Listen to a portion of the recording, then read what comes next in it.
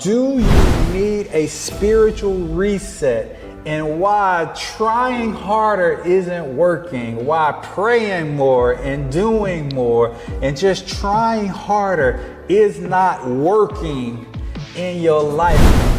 You need to allow the voice of God to speak louder than your pain, to speak louder than your hurt. God is going to push you to a place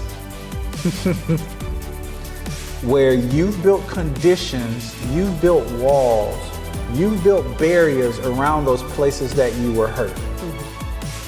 And he's going to push you to a place to knock down those walls, knock down those barriers, and knock down those prisons that you created for yourself. And when you have all of these other things coming in your spirit, not to mention things we may watch on TV, things we may see on social media, the music we listen to, all of these countless numbers of things coming into your spirit, it can start to weigh at you, weigh you down, pull you down, and you'll start feeling clogged and, kind of like that drain that gets clogged because all of these different things besides just the pure water flowing through it, the liquids, all these other things, you get hair and stuff in your pipes. Ooh. All of these things gets down, stuff down there and it gets clogged up.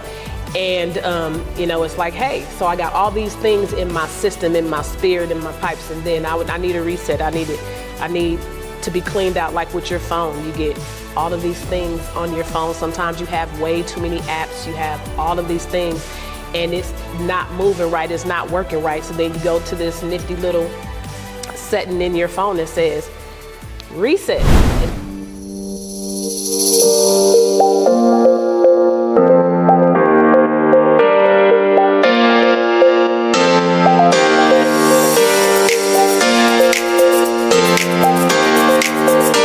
What's up, Conversation Nation? It's your girl, LaMeka. And I'm your boy, Ed. And we are back with another episode of Let's Talk About It. And today, what are we talking about? We are talking about, do you need a spiritual reset and why trying harder isn't working, why praying more and doing more and just trying harder is not working in your life. And maybe instead of trying harder and just praying more and reading more, maybe what you really need is a spiritual reset. And that's what we really want to talk to you guys about today. So, LaMeka.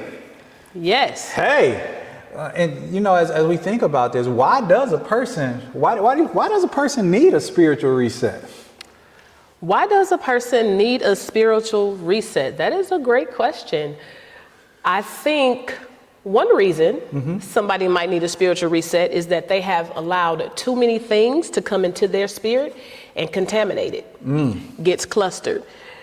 So we have God's voice when you're following God's spirit, you're a Christian, you're following God's word and his guidance.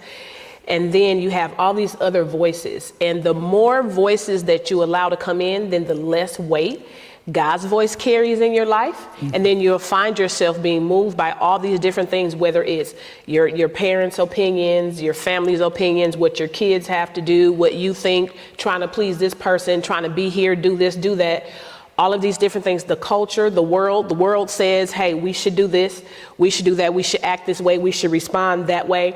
And when you have all of these other things coming in your spirit, not to mention things we may watch on TV, things we may see on social media, the music we listen to, all of these countless numbers of things coming into your spirit, it can start to weigh at you, weigh you down, pull you down, and you'll start feeling clogged.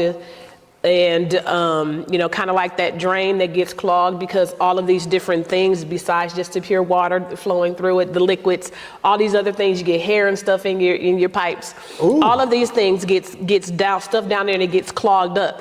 And, it's like, hey, so I got all these things in my system, in my spirit, in my pipes. And then I need a reset. I need to be cleaned out like with your phone. You get all of these things on your phone. Sometimes you have way too many apps. You have all of these things and it's not moving right. It's not working right. So then you go to this nifty little setting in your phone that says reset. And then it kind of clears those things out, kind of just like when you get a plumber to clean out the pipes. So I said all that to say, when you get so many different things in you that are overpowering and taking over the Spirit of God in your life, then you need to get a reset.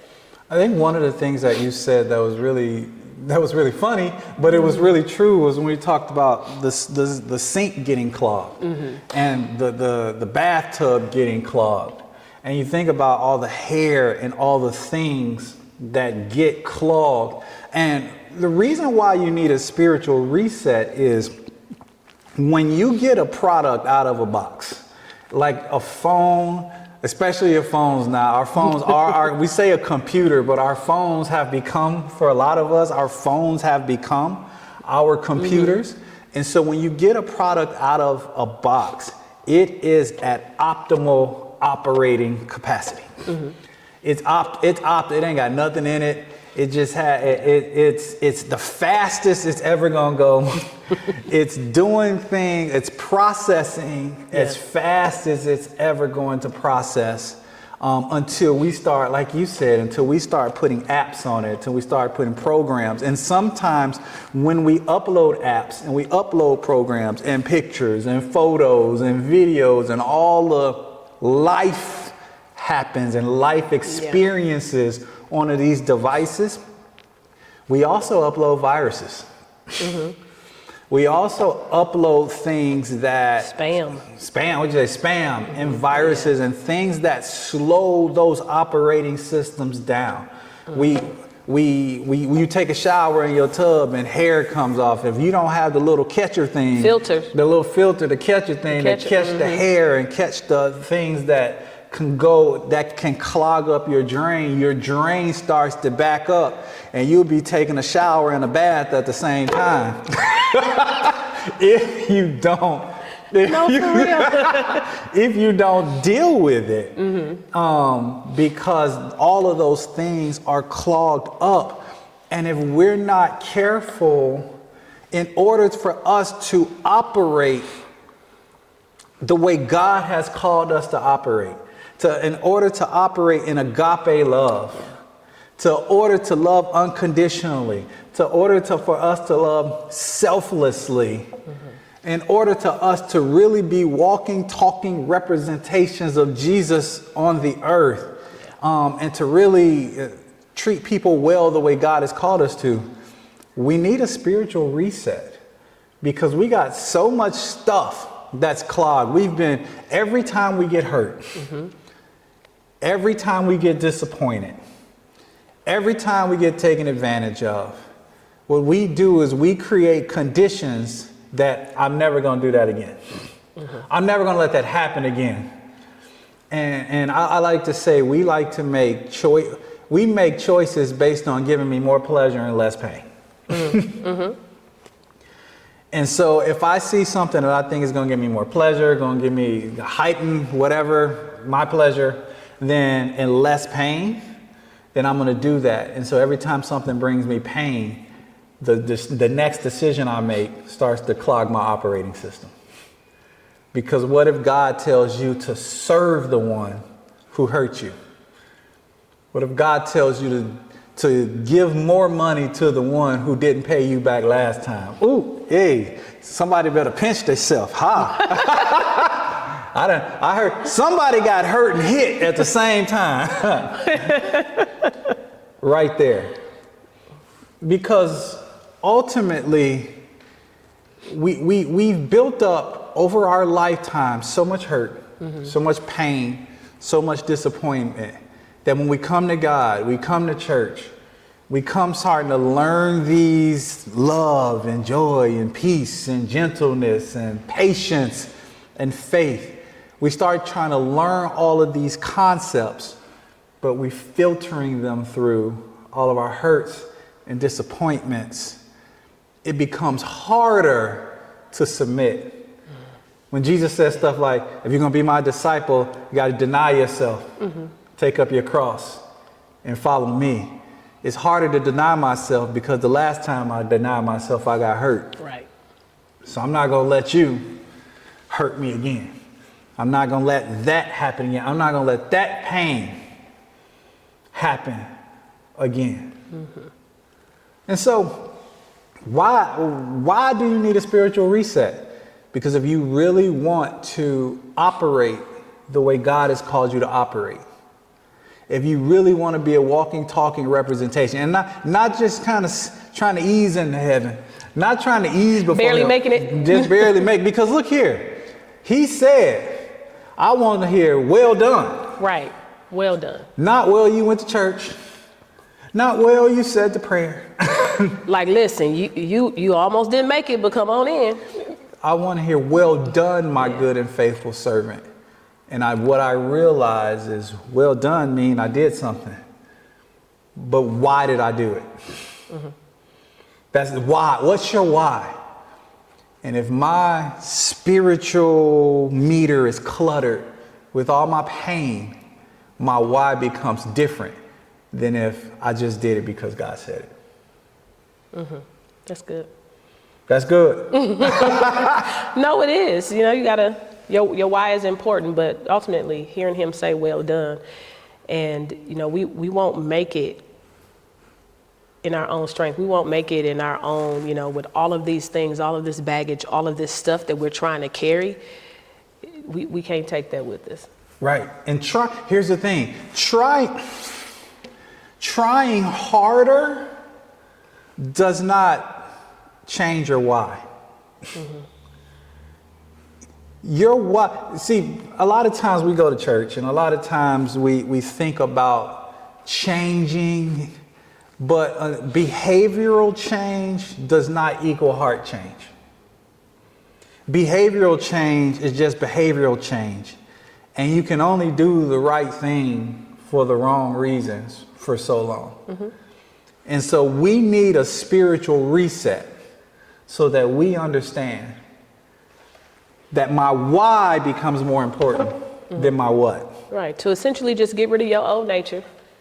All of the things that are coming, clogging you up, all of the things that are getting you off track and off purpose and off the path that God has for you, all of those things that are coming in to disrupt, all those things that have entered in, you need to let them go so you can get back on track. That's essentially what it is. Yeah, so now that we've splurged all of that out, LaMeka, what's some things that people can do? Not try harder, not just pray more, not just read, but what are some practical things that we can share with some people to help them get to this place of actually doing a spiritual reset so I can really feel connected to God? Not because of what I do, but because of my why and my purpose in the earth. So that's a really good question. I have a couple steps here that I'll go over. So the first thing is kind of what we've been just talking about, why you need one, so awareness. So we have to become aware of what's off. Because just like that phone that you get that's working perfectly, when you first get it, like, you know, sometimes when we get in Jesus, get in Christ, and where things are going well, things aren't always corrupted right away. Things are going well. So just like with that phone, it's working fine. Then, you know, you start to see that it's moving slower, or it's taking longer to do this. Your battery's dying faster, whatever it might be. That's called, the screen is getting stuck. And then you have to go in and reset it. You have to recognize you have to understand that something is wrong. So the first step is becoming aware that you need a spiritual reset. You know, you kind of just say, hey, this has been off a little bit. You just kind of stop and take inventory of yourself. Spend some quiet time alone, even if it's 10, 15 minutes, just some time away from your phone, people, things, and just sit quietly, kind of pray, meditate, listen to God, and say, hey, you just take inventory of your life, your situation. I've been a little bit more sarcastic lately than I usually am. What's going on with that? Things are starting to irritate me a lot quicker than they normally do. This thing right here that wouldn't have normally bothered me just sent me on 10 today. I spazzed out. So we have to be in tune with ourselves and just take an inventory and recognize some things that are off. So that's the first step, is recognizing what things are off and then what's distracting you. So for me, I know, like I'm supposed to pray during this time or whatever. I try to make time to pray and read or whatever. And I'll sit sometimes and reflect. And it's like, wow, I missed my prayer time this morning. What did I do? What distracted me? What threw me off? What did I get up and do this morning? What took priority over that? You know, because life can get busy and you can get up and go and running and doing all these things. And you don't even realize until now you snapping on somebody because they blinked twice that you're in a space of needing a spiritual reset because things are just sending you off. And it's because I haven't even made time to spend with God. I've been watching TV more, talking to these people, hanging out, all these distractions, busy life, whatever it is. So you have to stop and take inventory. That's the first thing, is becoming aware of what's distracting you, what's getting you off kilter, and the fact that you need one. And I'll just say this before you get to point number 2, just being aware is really key. That is super key for you to be aware, because you just can't write off I didn't get enough sleep. Right. You just can't write off, I'm just having a bad day. There are reasons behind the bad day. There are reasons that are happening, and so you have to be aware of what's going, and you have to be willing to go deeper than the surface level explanations that we like to give other people. You know, I'm all right. I was just tired. I didn't get enough sleep. I'm hungry, or I'm hangry. We have to be willing to go deeper than that and understand that everything is spiritual. Ephesians 6:12 tells us that we don't fight against flesh and blood, but we fight against spirits and principalities and rulers and all of these things. All of our fights are spiritual. So being aware that you're in a spiritual battle. Yes. And if things are irritating you and knocking you off kilter, being aware, why is this happening? Awareness is the first thing that you need to really, I was going to say awareness is the first thing you need to be aware of. But, okay. but awareness is that thing you have to be cognizant of. What's going on? What am I missing? What's happening here? Yeah, yes. And then once you realize it, and it may be, that, hey, I just skipped my prayer time because I was doing this or whatever, and you got to get back on track. It may be this person did this and it really hurt me, and it's been harder for me to bounce back spiritually since that happened. Because sometimes it's real deep things, sometimes it's a little surface thing. I've just been busy and distracted, and but it might be something deeper. So then once you realize that, hey, I'm in this space, and you identify the things that got you in a space where you need to have a spiritual reset, the next step is to let those things go. And it can be, I'm gonna give an example.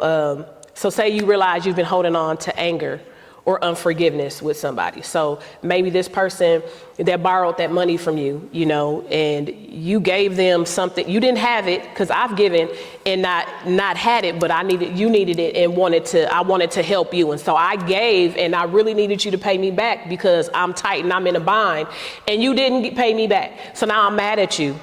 And whenever I think about it, I get upset. I can't even pray right. We don't even understand how much anger, hurt, and unforgiveness impacts our prayers, because you can pray, but it's not effective. You ain't finding the right words, but it's not even effective because your heart not right. You gotta get your heart right first, and then go to God, because otherwise it's just not that connection there. So you mad, you angry, you hurt, or whatever. So I'm mad at Pastor Ed because he didn't pay me my money. He don't owe me no money. He don't owe me no money. But I'm just saying, because you right here. I'm mad at you because you didn't pay me the money back. And now I'm struggling because I had to figure out how I was going to pay my bill because I helped you and I was waiting on you to pay me back. And now I'm mad.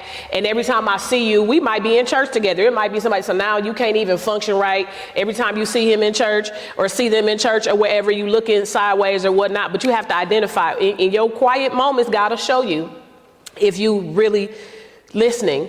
Because sometimes we're like, I'm going to take this moment and meditate, and we ain't trying to hear him. But if you're really listening and trying to hear him, once you become aware that you need a spiritual reset and you're listening to God to show you the things that are cluttering you that you need to let go, and anger pops up and he brings that person before you and say, you still haven't forgiven them. And you need to forgive and let that go in order for you to move past. So we're going to have to forgive mama and them sometimes. You got to forgive yourself sometimes, because I used to battle with, I got to forgive me because I should have known better. I should have done better. I be mad at myself, like, how you let them play you like that? So we gotta, sometimes that might be something that's cluttering your spirit. And in your quiet time, once you become aware and you talk to God and say, hey, I need a spiritual reset, he shows you the things, then let it go. And you gotta be willing to say, okay, God, I'm gonna let it go. I'm gonna forgive them. I'm not gonna hold on to this anger.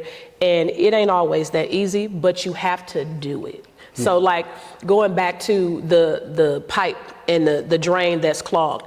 There's some clogs, the plumber come out and it come out right away and be like, oh, that was easy and we're good. It's other ones that it take time. I had some grout.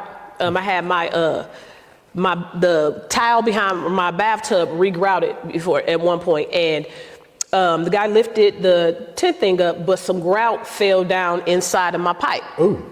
Didn't know. And it's just, I was taking a shower in the bath at the same time. Hey. Feet getting, so I'm like, what is happening? And so and it just wouldn't work. And so I ended up having to call the plumber to come out. And it took him an hour. He was like, it's a lot of corrosion in there. But it was all that grout. It took him an hour to get that one out. And he was down, he finally got it unclogged. But the other one, it took 5 minutes. But this one took him literally an hour, and he's working and working it. So sometimes God is going to show you things that, hey, you need to spend more time praying.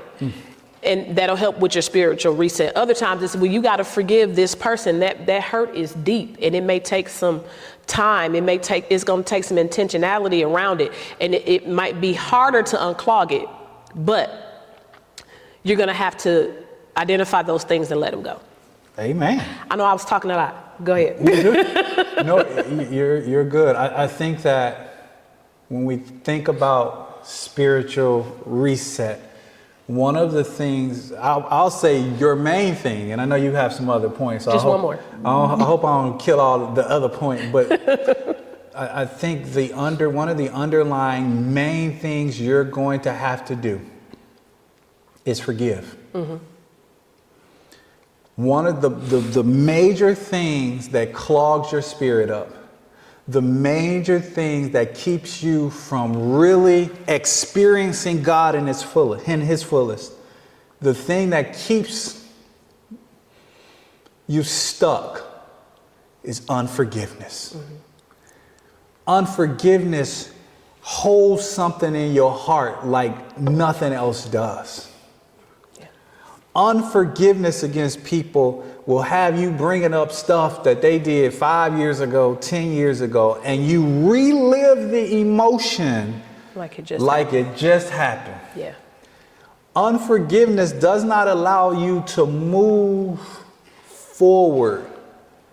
And forgiving people, see, here's the thing. God said, if you can't forgive them, I can't forgive you.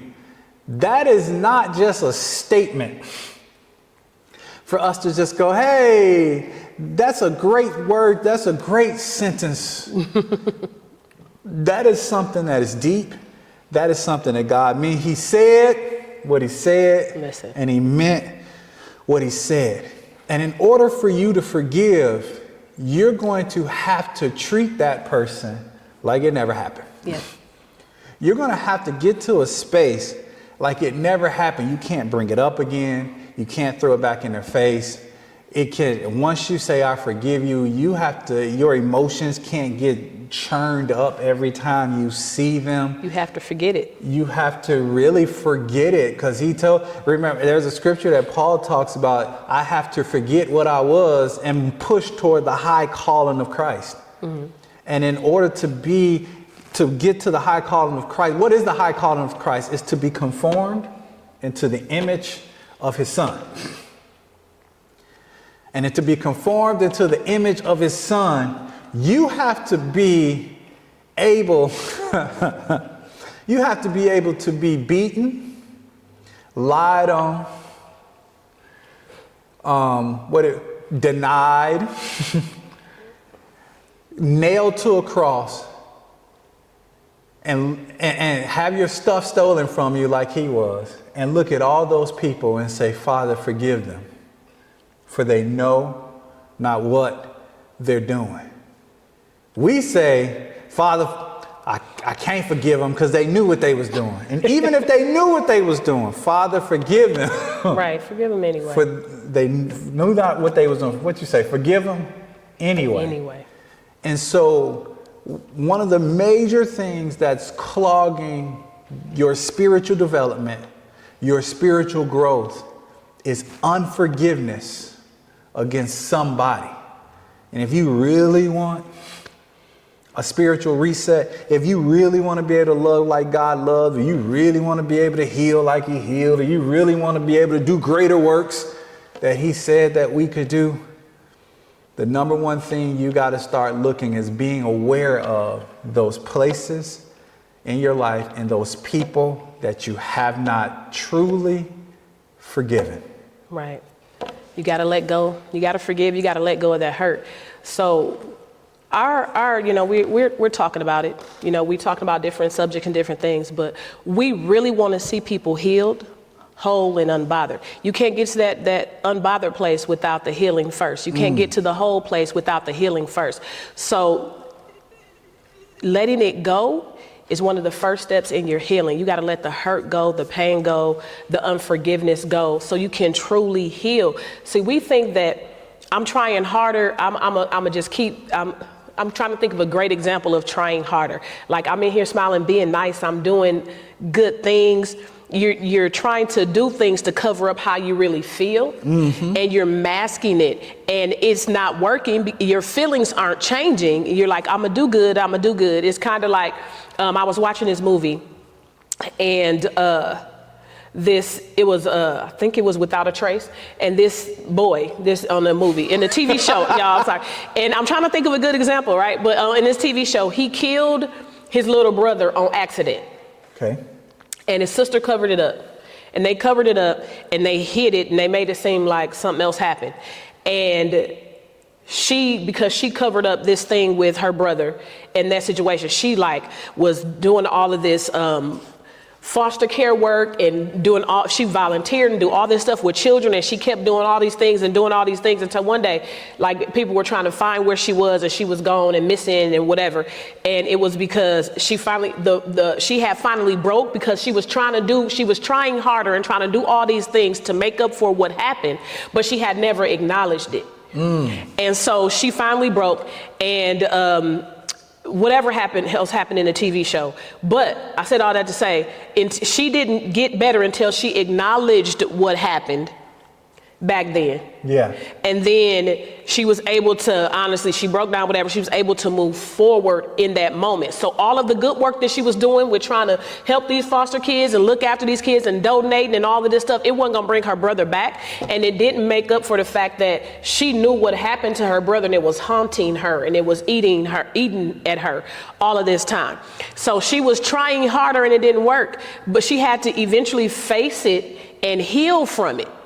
So your trying harder, whatever, isn't going to work. You're going to have to eventually face whatever that hurt is, whatever that pain is, whoever these people were. You'll have to face it and forgive them, heal, and move forward. That's how you become whole. The whole version of you is a healed version of you. It's the version of you that is no longer allowing pain and hurt and unforgiveness to dictate their actions. I'm going to live for God. I'm going to be whole and not worried about those things. And then once you get to that whole place, you can be unbothered, because when somebody don't pay you back the $20 that God told you to give them, you're not even worried about it anyway. It don't even bother you, because I'm whole and I was doing what God told me to do. So now I don't even care about that.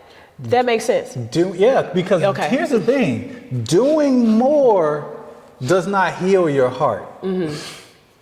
We think the more I do, the better I'll feel. The better I'll feel better, I'll do better, I'll be better. But in reality, your healing starts from the inside, and then it shows up on the outside.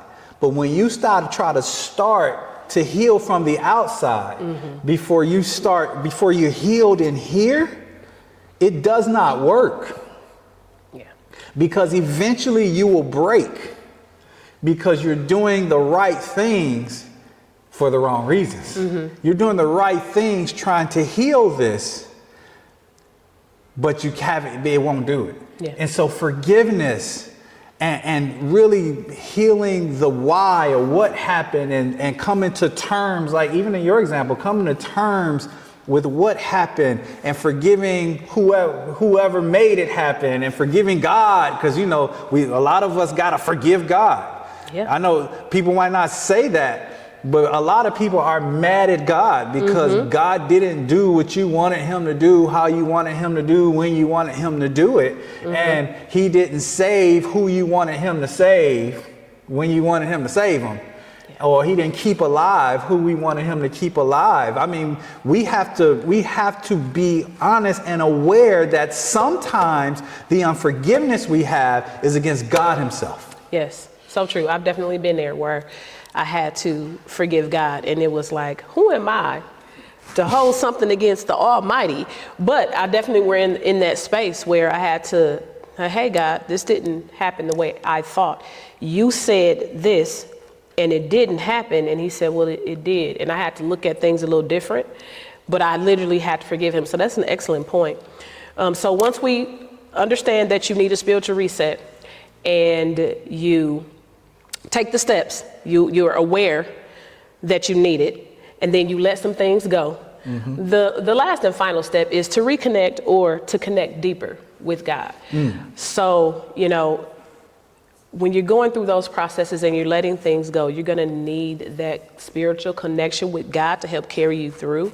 And then also his voice needs to carry the most weight in our life.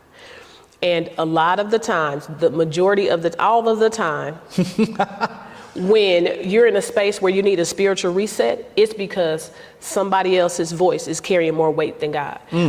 If I'm in a place where I need a spiritual reset because I'm cluttered with hurt and unforgiveness, it's because the voice of my pain is carrying more weight than the voice of God. Because the voice of God says, forgive them and let it go. But your pain is saying, nah, that hurt. You don't know what they did. You don't understand. And this and whatever. And it might have been something really horrible, but I guarantee you it wasn't worse than what Jesus had to go through. And it's not to make light of the pain that you felt, but it's to say, hey, you can't allow that pain to kill you, to keep you in a space of where you're not spiritually connecting with God. So you have to get in a space to reconnect or even connect on a deeper level. Because some of us are connected, but we can't go deeper in our relationship with God because we keep getting stopped at a certain point. He's telling us, I need you to forgive and I need you to reconcile this relationship because that's what's going to get you to the next level. And you say, well, I'm going to stay in this level right here because I can't forgive them. I can't let that go. No, you need to allow the voice of God to speak louder than your pain, to speak louder than your hurt.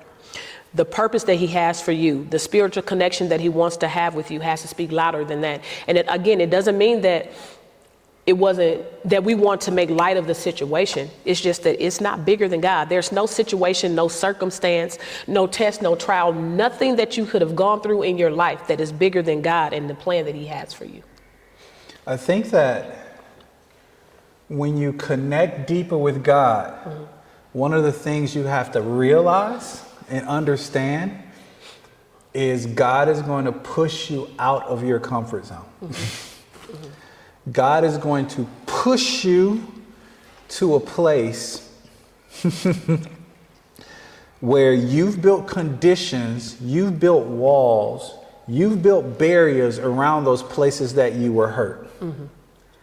And he's going to push you to a place to knock down those walls, knock down those barriers, and knock down those prisons that you created for yourself. Yes, and you got something else? Go ahead. I do, but that's all. I was just gonna say. And so when he pushes you, that deeper connection, you got to understand.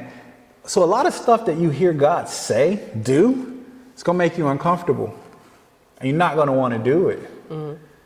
And it's going to go against everything because you don't want to relive that pain again. But I'm telling you, there's a healing when you can face it, because if you face it, he'll fix it. Go ahead. Yeah, he will. And then too, with forgiveness, you got to understand that God has a redemption plan for that person too. Yes. So those people that Jesus was on the cross saying, forgive them, he was dying for them too. There is a redemption plan for everybody. Even that person that you might want to hate their slimy, rotten guts, God has a redemption plan for them. God wants to see all of us saved. He don't want to see anybody not make it in.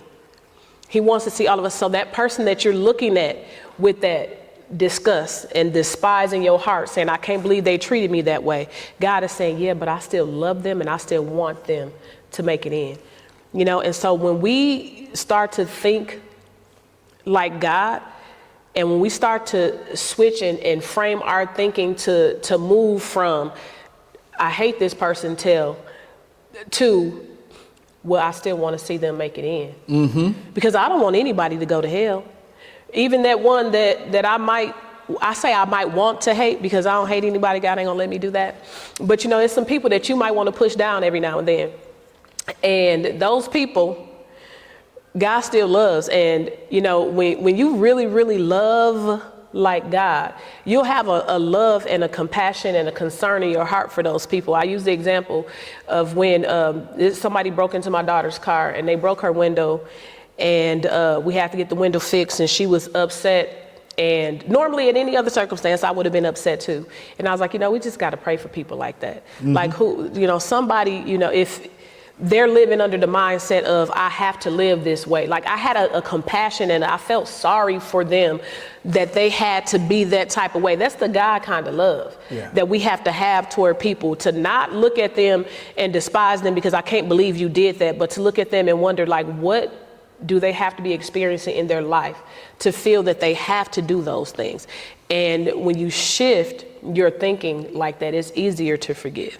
When you shift your thinking to understand that people are out here doing things because they've been hurt, it's like, okay, I wonder who hurt you to make you become this type of person. Then you have a different compassion, and you want healing and help for that person. So when you look at people in situations the way God do, it'll help you forgive more. So ask God to help me to see them the way you see them. Yeah. If you're struggling to forgive somebody, you're struggling with pain and hurt or whatever, ask God, help me to see this situation like you do. Help me to see this person like you see it and love them like you love them. And seeing it the way God sees it, because God sees their why. To everything that you just said, he sees their why. He sees the reasoning that they do what they do. He sees their upbringing. He sees their motivation. He sees and knows all of that. Mm-hmm. And so that's why he can have compassion and mercy and grace on a person, even in their worst moments, because he knows their why. That's why he can have compassion and mercy and grace on you in your worst moments, because he understands what got you there. Yes. Now, what happens if we start to look at other people like God looks at them? That's what happens when we really start to spiritually reset and walk like God walks, and truly be a representation of God here in the earth. And so as we begin to land this plane, I think that's just going to be my new saying. We land a lot of planes. We land planes. I like to fly them because, you know, with pilots, they always count the souls that they're flying. And so as we take off at the beginning of these, I consider every soul that may watch this. And so I consider us pilots who are flying this plane. And as we begin to land this plane safely, I just want you guys to understand a spiritual reset is necessary for all of us. In reality, in the Bible in 2 Corinthians 5:17, it says, therefore, if any man be in Christ, he is what? A new creature. Old things are passed away. Behold, all things are become new. So we understand that if we're in Christ, the very fact that we're going to be in Christ, he tells us right in the word that we become a new creation, become a new creature. Some versions say new creature, some says new creation. But to become that new creation, old things have to pass away. Old hurts have to pass away. Old disappointments have to pass away. Forgiveness has to enter in for old things to pass away. If we're going to be in Christ, then we have to be new creature. And if we're going to be new, old has to pass. Old has to go. Yep. The Bible even also talks about, even though I'm still landing, the Bible also talks about unless a grain of wheat falls into the ground and dies, it'll be there alone. But if that grain falls in and it dies, it'll produce much fruit. God's put you on this earth to produce much fruit. And it's going to take a spiritual reset for you to do that. Yes, you've been hurt. You've been disappointed. I've been hurt. I've been disappointed. Yeah. Pastor LaMeka's been hurt. She's been disappointed over her life. But in order to get to where I am now, in order to be in this space that we're in now, we've had to forgive. We've had to do spiritual resets in order to be able to serve and do what God's called us to do. And I want you to be able to do the same thing. And so hopefully this has helped today. Love to hear from you in the comments. Love for you. What does it look like for you to do a spiritual reset? Have you been so hurt? Have you been in this place where forgiveness has been hard? Hey, if you need help, if you need prayer and forgiving and prayer and just seeing God's perspective, look in the notes. There's going to be a link down in the notes that you can click on, and we will definitely pray for you, pray with you, pray for you. Other links that you can just connect, leave comments. We will definitely respond to those, and make sure you subscribe and share this. You may know somebody who's having some issues right now. Some things that they're holding on to that they need to simply just let go. And so we just want to be here and be an encouragement to you, but also help to make an impact, because in the end, we want to see you what? We want to see you healed. We want to see you whole, and we want to see you unbothered in all phases of life. And so we love you guys. Appreciate you. Yes, and if you have anything that you'd like for us to talk about, put that in the comments too. Yes. See you next time. See you next time.